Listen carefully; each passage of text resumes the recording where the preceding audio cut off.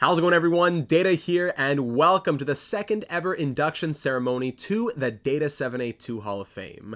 The DHOF is our channel Hall of Fame, which highlights some of the greatest storylines that we've had in our franchise mode series on the channel so far, including nominees from 13 different series that reach as far back as NHL 18 and come to our most recently completed series on NHL 23, and for the first time ever on this ballot, MLB The Show 23. From all of those series, I've compiled a list of our biggest legends from each one and put them on a ballot for all of you to vote on. For our inaugural induction, the first 9 members were welcomed to the hall, as you can see here, and now, 5 months later, we will be welcoming 6 more to bring our total to 15. As you'll see in some of these inductees, recency bias does play a role in who gets inducted, and that's understandable. Not everyone was here back in the NHL 19 or 20 days to have a full understanding of every nominee. So, that being said, for our next induction ceremony, I would encourage you to join the Discord server where I've written and will continue to write a blurb on each nominee so that you can always cast an informed ballot. The link for our server is in the description, and we would love to have you. So, without further ado, let's begin the ceremony. For this second induction, 83 ballots of votes on 6 members were cast, and of the 67 nominees, 66 received at least 1 vote, and 55 received at least 3 votes or more. So it really shows a large range of voting, and I very much thank everyone who took the time to cast a ballot. Obvious spoilers for multiple series ahead, let's get started. So to start off our second induction ceremony, we're going back in time to our NHL 20 series with the Anaheim Ducks, and with votes on 16.9% of the ballots cast, we welcome to the hall, Cale Makar.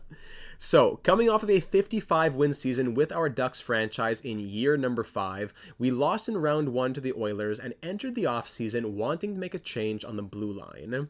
At the draft, we set out with the idea of going out and getting an elite offensive defenseman and decided to take a stab at Cale Makar on the Avalanche.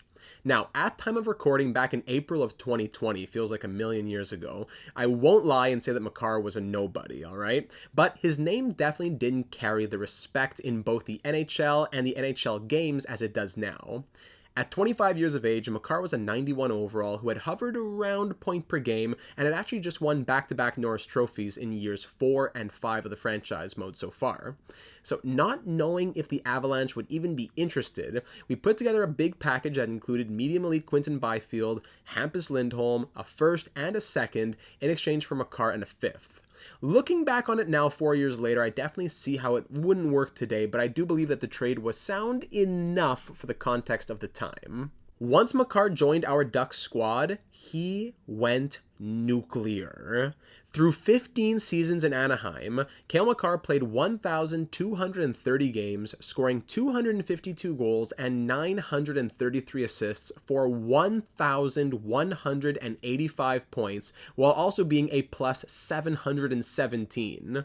On top of that, in this franchise mode, Makar won, get ready for this, 15 consecutive Norris trophies. So after winning 2 with the Avalanche, he won 13 straight with us before slowing down in his final 2 seasons.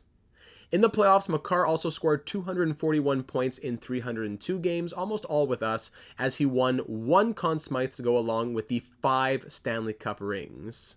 He retired with a total of 1,503 points in 1,635 games in his career, and probably a franchise mode record that I'll never be able to beat with his 13 consecutive Norris trophies while under our control. Just take a second to let that soak in for a minute.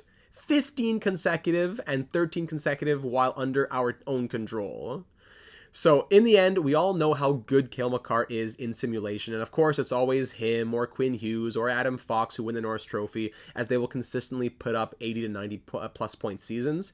But to see him win 15 in a row and 13 with us was just completely and utterly flabbergasting.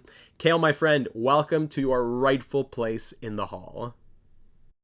Whew, hard to follow that one up, but on we move to our second inductee for this ceremony.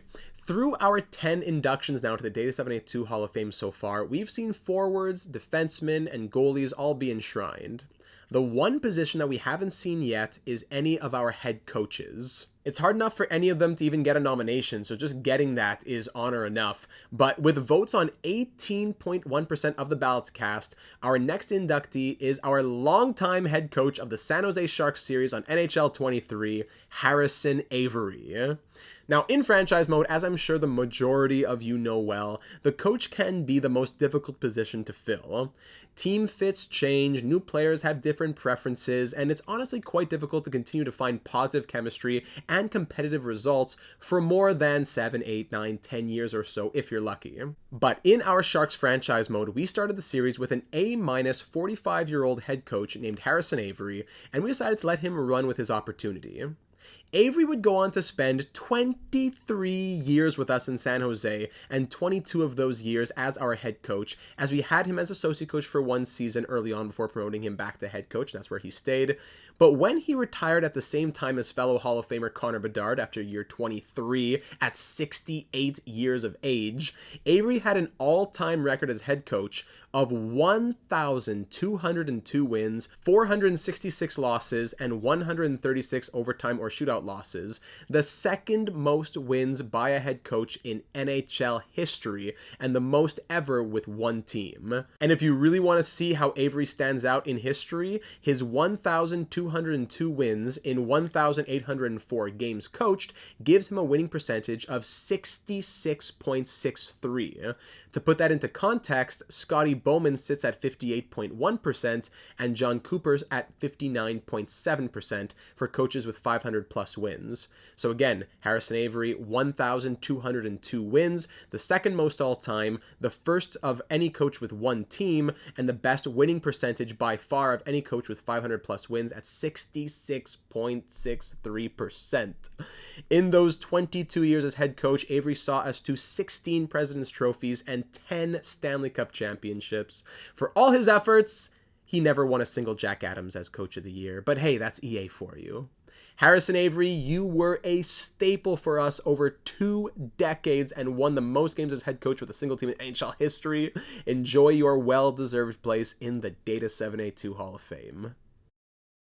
For our next inductee, with votes on 26.5% of the ballots cast, we move forward to our Pittsburgh Penguins series on NHL 23 and are proud to call upon the big dog himself, Mackenzie Blackwood. Now, let's set the stage for this one.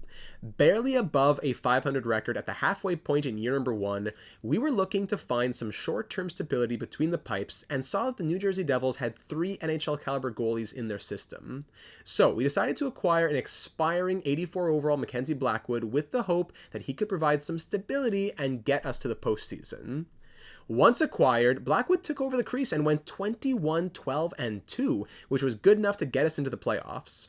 Although we lost a heartbreaker in 7 in round number 1, Blackwood was good enough for us to give him the crease again in year number 2, and he ran with it as he went on to win the Vezina and the Jennings in year number 2, on his way to carrying us to the Stanley Cup final. Despite losing to Edmonton, we had Blackwood as the runner-up for the Conn Smythe as he had 2 shutouts, a .921 save percentage, and 2.46 goals against average, numbers that were most certainly good enough to earn him the crease again in year number 3.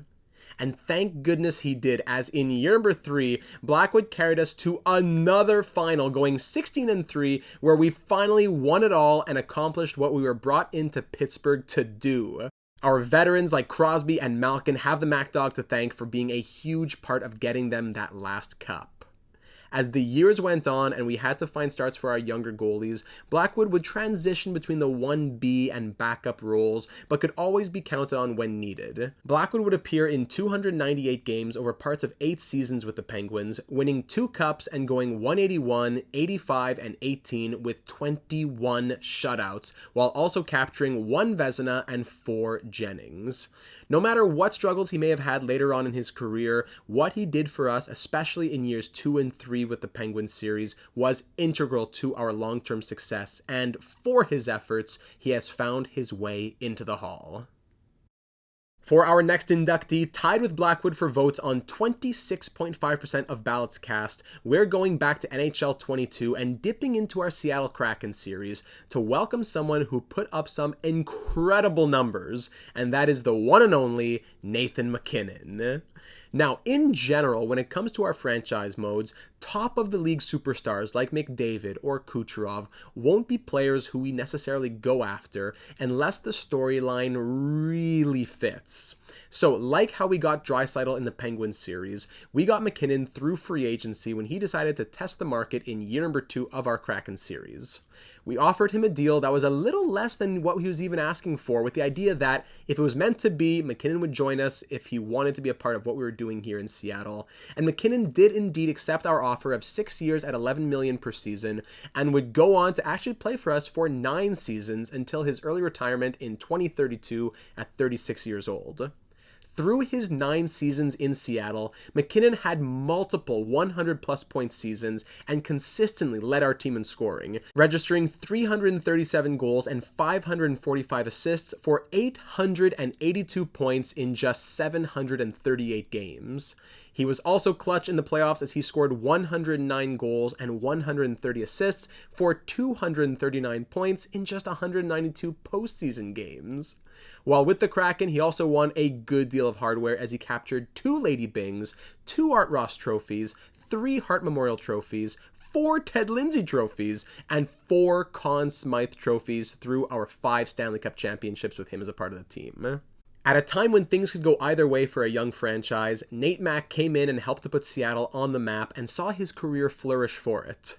He carried the team offensively year after year and helped our future stars to grow as the Kraken became a perennial contender.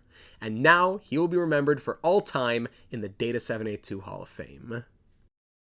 For our 5th inductee, who had votes on 27.7% of ballots cast, we now jump ahead once more to our Sharks series on NHL 23 to welcome one of the greatest revival stories in channel history, Jonathan Drouin. Now, in the real world, as Drouin's contract with the Canadiens expired in the 2023 offseason, he was going through a lot of difficulty in his personal life and needed a change of scenery. Drouin walked to free agency as an 84 overall, and in the free agency pool, although he didn't particularly stand out from the other available players, part of me really wanted to give him that second chance, and I felt like it especially made sense since we were about a 500 team at that time. So, seeing as how Drouin was a 28-year-old who was willing to lock into a reasonable cap hit of $4.4 million, we decided to sign him to a 5-year contract to be a short-term top 6 winger and a long-term middle 6 winger who could be counted on for about 50 points or so if healthy, while our younger players grew. When signed, Drouin had scored 304 points in his 509-game career so far and was ready to start a new chapter on the West Coast. During his 5-year contract with us in San Jose, Drouin unlocked the potential that saw him get drafted 3rd overall in 2013, as he saw growth in both overall and production every single season, going from an 84 overall who scored 20 to 25 goals and 50 points to an 88 overall scoring 40 to 45 goals and being over point per game. Drouin quickly became one of the best value contracts in the NHL, if not in channel history, and even though money was tight, we found a way to bring him back for one more season at $10 million in 2028, thus giving him a full 6 seasons with our Sharks franchise. In those 6 seasons, Drouin played a total of 474 games and scored 170 goals and 242 assists for 412 points, adding in another 32 goals and 39 assists for 71 points in 77 postseason games, almost point per game, and he ultimately got his ring as he helped us to the 2027 Stanley Cup. Drouin's story is by far one of my favorites in channel history, as a little gamble on an 84 overall turned out to be one of our franchise's most valuable players, and at the same time, we were able to redeem a career that was almost lost. Jonathan, nous sommes très fiers de toi. Nous te souhaitons la bienvenue au Temple de la Renommée. We are very proud of you and we welcome you to our Hall of Fame. Congratulations. And finally, for our 6th inductee and 15th member of the Data782 Hall of Fame, to close out our 2nd induction ceremony with votes on 33.7% of the ballots cast, we are staying with the NHL 23 Sharks to induct Quinn Hughes. Headed into the 2027 offseason with our Sharks franchise, we had just won our first Stanley Cup and we're headed into year number 6 with close to $30 million in cap space. With that kind of money, it's hard not to be in on the big fish of free agency, and in 2027, that was Quinn Hughes. Up until this point in the series, Hughes had won a Norris, a Conn Smythe, and a Stanley Cup ring with the Canucks, but Vancouver could not afford his $14.5 million asking price. Hughes had scored 489 points in 614 games as a Canuck, wanted his payday, and we were ready to give it to him. Again, when it comes to acquiring or signing these star players, the stars, no pun intended, have to align, and that's what happened for us in the 2027 offseason. We offered Hughes a very generous 7-year offer with an AAV of $15.25 million, and he gladly accepted, immediately becoming our power play quarterback and slotting onto the top pair to play the majority of his games as a Shark alongside now fellow Hall of Famer Boris the Latvian Leviathan Kalinin.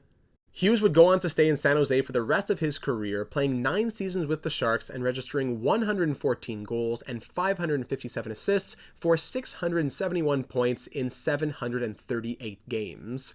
In the playoffs, Hughes would also add 22 goals and 103 assists for 125 points in 158 games as he helped us to 3 Stanley Cup championships.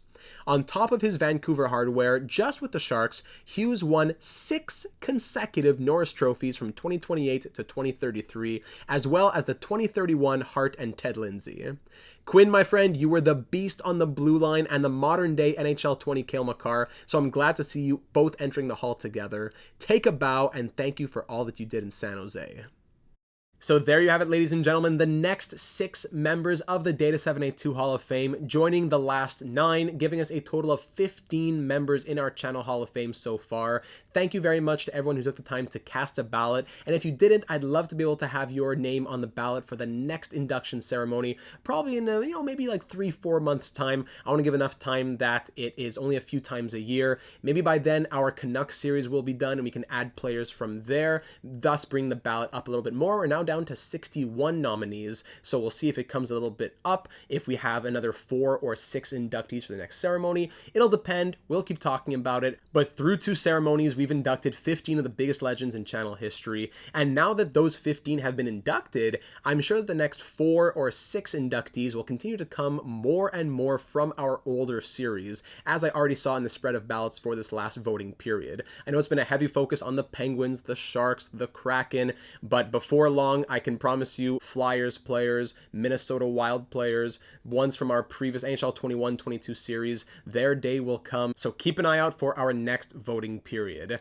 Ladies and gentlemen, I hope that you enjoyed the video. It was a blast to make, always fun to go back in the archives and look at the history of the channel. If you want to enjoy the history of the channel, all of those franchise mode series are all in their own playlists. Feel free to binge through them, just watch the highlights, just go to the end and watch the recap, do whatever you like. If you want to learn a little bit more about the players who have made it to the Hall of Fame, or if you want to learn more about the nominees who didn't make it just yet, you want to have the most informed ballot possible, like I said, you can check out the blurb that I've written on each player in the Discord server, or you can go ahead and do the footwork yourself and check out what got them that nomination. Thank you once again for taking the time to enjoy this video and for your involvement with the channel. No matter how small you might think it is so very much appreciated. Please do leave a like if you enjoyed the video, and leave a comment down here on YouTube or over on the Discord server. Who's your favorite inductee from this second ceremony, from our entire 15 inductees so far? Who was on your ballot? Who got snubbed? Who should be next? I want to hear from you down here in the comments, and who you think the locks will be when it comes to our 3rd induction ceremony. Thank you once again for taking the time to watch, and I look forward to the many more stories and legends that are to come from the series that we will build together.